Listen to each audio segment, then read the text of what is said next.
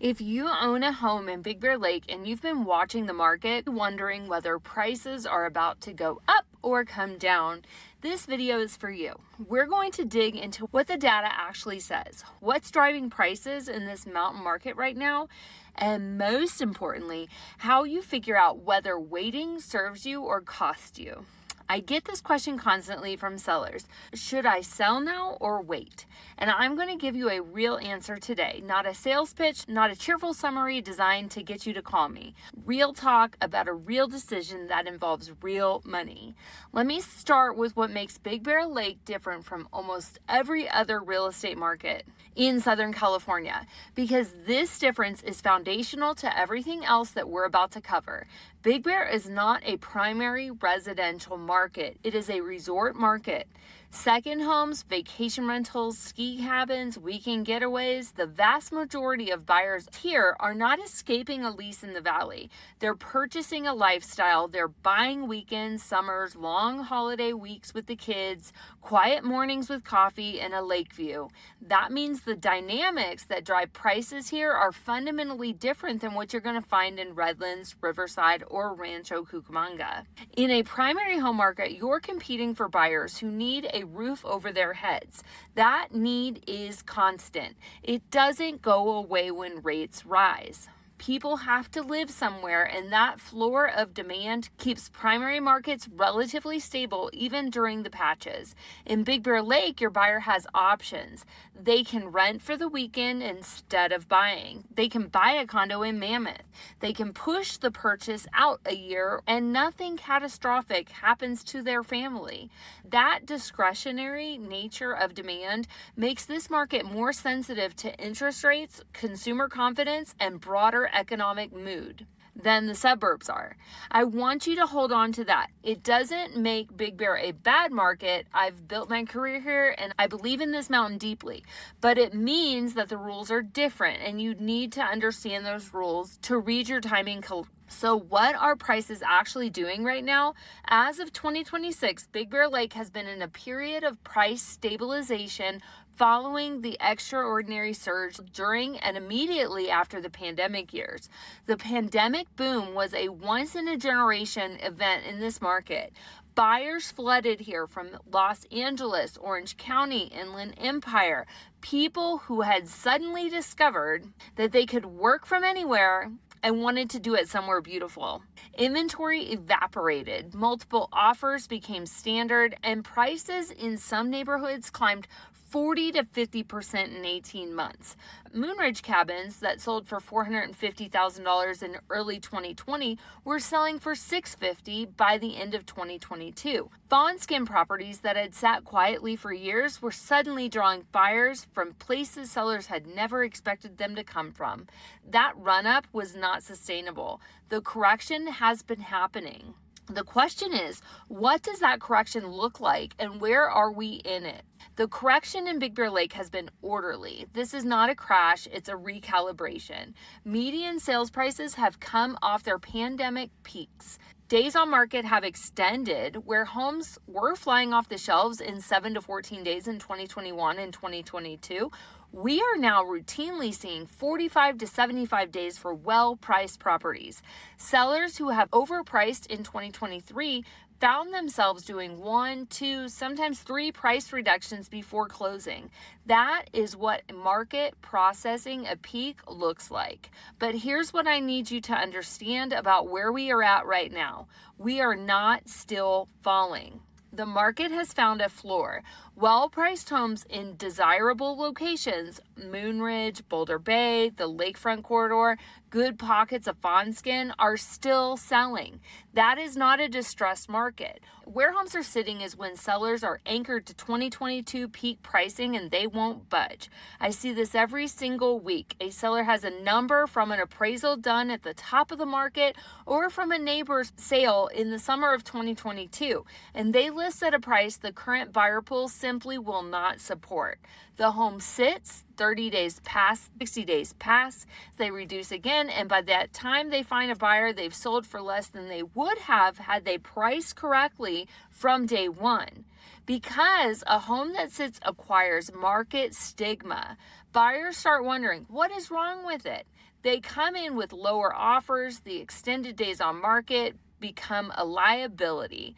That story is not about bad market timing. It's about pricing strategy. Those are solvable problems. Now let me walk you through the 4 scenarios that typically drive the sell now or wait decision, because which one applies to your situation changes the answer significantly.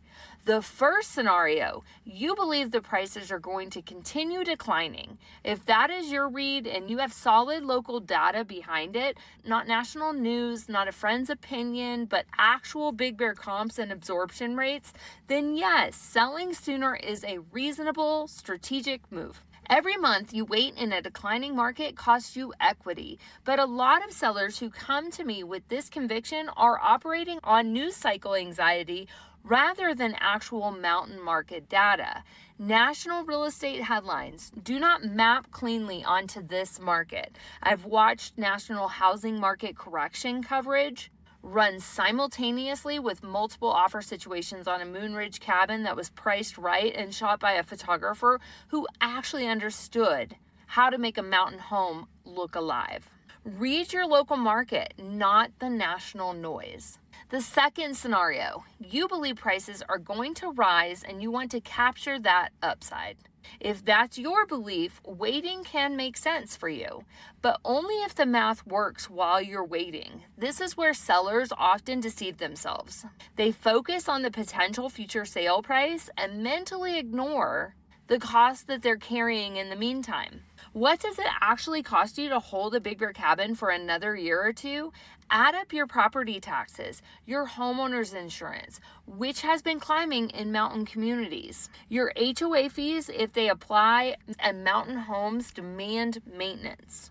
If you're renting it short term, your property management fees, your STR fees, your permit fees, cleaning costs, restocking costs, utility baseline, run those numbers honestly. For many Big Bear owners, the true carrying cost of holding a property they don't fully use is $25,000 to $45,000 per year. If you're betting on prices rising $30,000 over the next 2 years, you might be trading $50,000 in carrying costs for a $30,000 gain in sales price.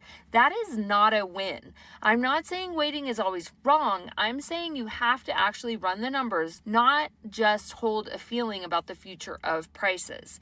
The third scenario, you have a real personal or financial reason to sell.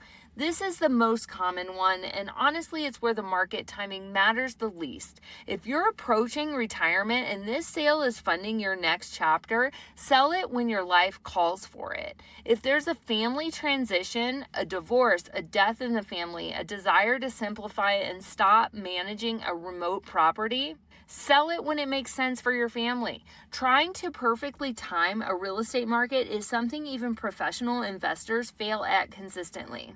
The sellers I've watched do the best are the ones who decide their objective clearly. They price it correctly for current conditions, they prepare it well, and then we execute. They stop trying to be market timers and start being smart sellers. The fourth scenario is specific to Big Bear Lake, and I want to spend real time here on it. You own a short-term rental and you're watching the regulatory environment. San Bernardino County has been actively managing its approach to vacation rental permitting. The rules around STR permits, how they're issued, how they transfer, whether they transfer when a property sells, these have been evolving and they matter to your buyer pool. Here's the strategic reality. If your home carries an active, transferable STR permit, that permit is a tangible asset with real value to a specific category of buyers. Buyers who intend to operate the property as a vacation rental will pay a meaningful premium for a home that comes with a permit already in place, because getting a new permit has become increasingly difficult in many areas of the mountain. If county regulations tighten further, if caps on active permits get imposed or lowered, an existing transferable permit would become significantly more scarce and more valuable. But look at the other side. If regulations tighten, enough to materially impact vacation rental income. If rental nights get capped, if compliance burdens cut into net income, that erodes the appeal for investor buyers. A meaningful portion of your buyer pool is purchasing with rental income as part of the financial logic. Compress that income and you compress that demand segment. I'm not predicting exactly where county regulations go. What I am telling you is that regulatory variable is real. It is live and it is worth factoring into your timing if you hold an STR. Sellers with active transferable permits who have been sitting on the fence have a rational argument for selling in the current environment, rather than waiting to see how the regulatory picture evolves. That is not fear, that's business. Now let me address interest rates directly. Mortgage rates have significant effect on demand in this market. When rates are high, monthly payments are high, and some buyers either sit on the sidelines or lower their price ceiling. When rates drop, demand expands and price tends to respond. When rates tick down in 2024, there was a corresponding uptick in buyer activity in Big Bear Lake. Right now, in early 2026, rates have moderated from their recent highs, but they are nowhere near the historic lows of 2020 and 2021. Those days are not coming back in the near-term scenario most economists take seriously. If rates drop further, and some projections suggest gradual movement lower, you could see a buyer demand expand in ways that support or nudge prices upwards. That's an argument for waiting. But here's the counter argument. If rates drop and prices rise and you're planning to sell and buy something else, your replacement cost also goes up. The only seller for whom rising prices are a pure win are the ones who are selling, taking the cash and not buying anything equivalent. If you're selling one mountain property and buying another one, the market rising helps you and hurts you simultaneously. Your real estate decision should be driven by your specific financial picture, not macro speculation. The macro is genuinely unknowable. No one predicted a global pandemic. No one predicted the rate environment of 2022. What you can know is your own numbers. Let me give you some neighborhood-specific context, because Big Bear Lake is not one market. It's several distinct micro markets. In Moon Ridge, you're serving ski-oriented buyers who want proximity to Bear Mountain. That ski access is genuinely irreplaceable. Late summer and early fall listings tend to perform well here because buyers are thinking ahead to the ski season and want to close before the snow flies. In Fawnskin, you're on the North Shore, and the buyer is much different, more patient, more deliberate. That market rewards sellers who price with patience rather than anxiety.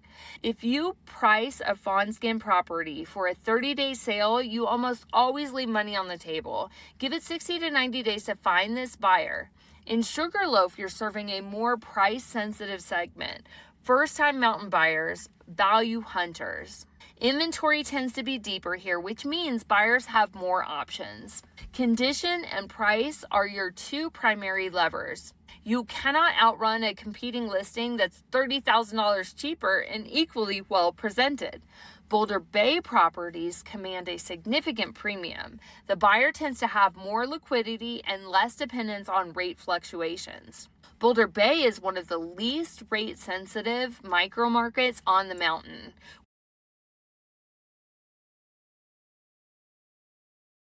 Big Bear City serves more year-round residents and primary use purchasers. If you're selling there, lean into what the community actually is rather than selling it as a vacation destination.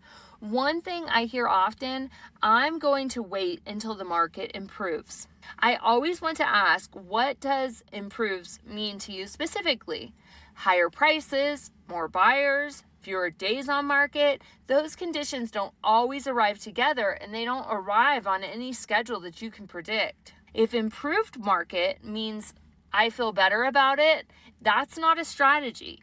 That's a feeling that may never arrive while carrying costs continue to accumulate every month. The sellers who navigate this market best define their objective, get honest about their numbers, including carrying cost, get a real current valuation from someone who actually sells on the mountain, and make a decision based on information rather than hope or anxiety. And here's one more thing that affects your net outcome more than market timing: how you prepare the home and how you price it. A well-prepared, well-photographed, correctly priced Big Bear cabin will outperform a comparable home that's presented poorly in almost any market condition. Get a pre-listing inspection done before you go on the market. Address the red ticket items. When a buyer inspector finds a long list of deferred maintenance, they get scared. They negotiate hard. Sometimes they walk. You can prevent that scenario with a little upfront investment. Photos matter more in this market than almost anywhere else because most of your buyers are not local. They're in Los Angeles, Orange County, falling in love with a cabin they've never visited based entirely on photos and video. Dark, flat, poorly composed shots lose buyers before a single showing is even scheduled. Spend the money on professional real estate photography done by someone who understands mountain properties. It is not optional if you want top dollar. If you've watched this whole video, you clearly care about making a smart decision. And smart decisions in a nuanced resort market like Big Bear Lake are built on current, specific, local information applied to your specific situation, not on national headlines, not on what a neighbor got in 2022, and not on a gut feeling. I do free seller consultations, no obligation, no pressure, no sales pitch. We just sit down, we look at your specific property, we pull the comps that are actually relevant, and we talk through what your home is worth and what it would take to sell it at the best price possible. You leave with real information you can act on or not act on based on what's right in your life. If you're anywhere on this mountain, call or text me at 909-744-2190 or go to buyinbigbearlake.com. I'm Rachael Smith-Meadors with RE/MAX Big Bear, and I'm genuinely here to help you make the move that's right for you.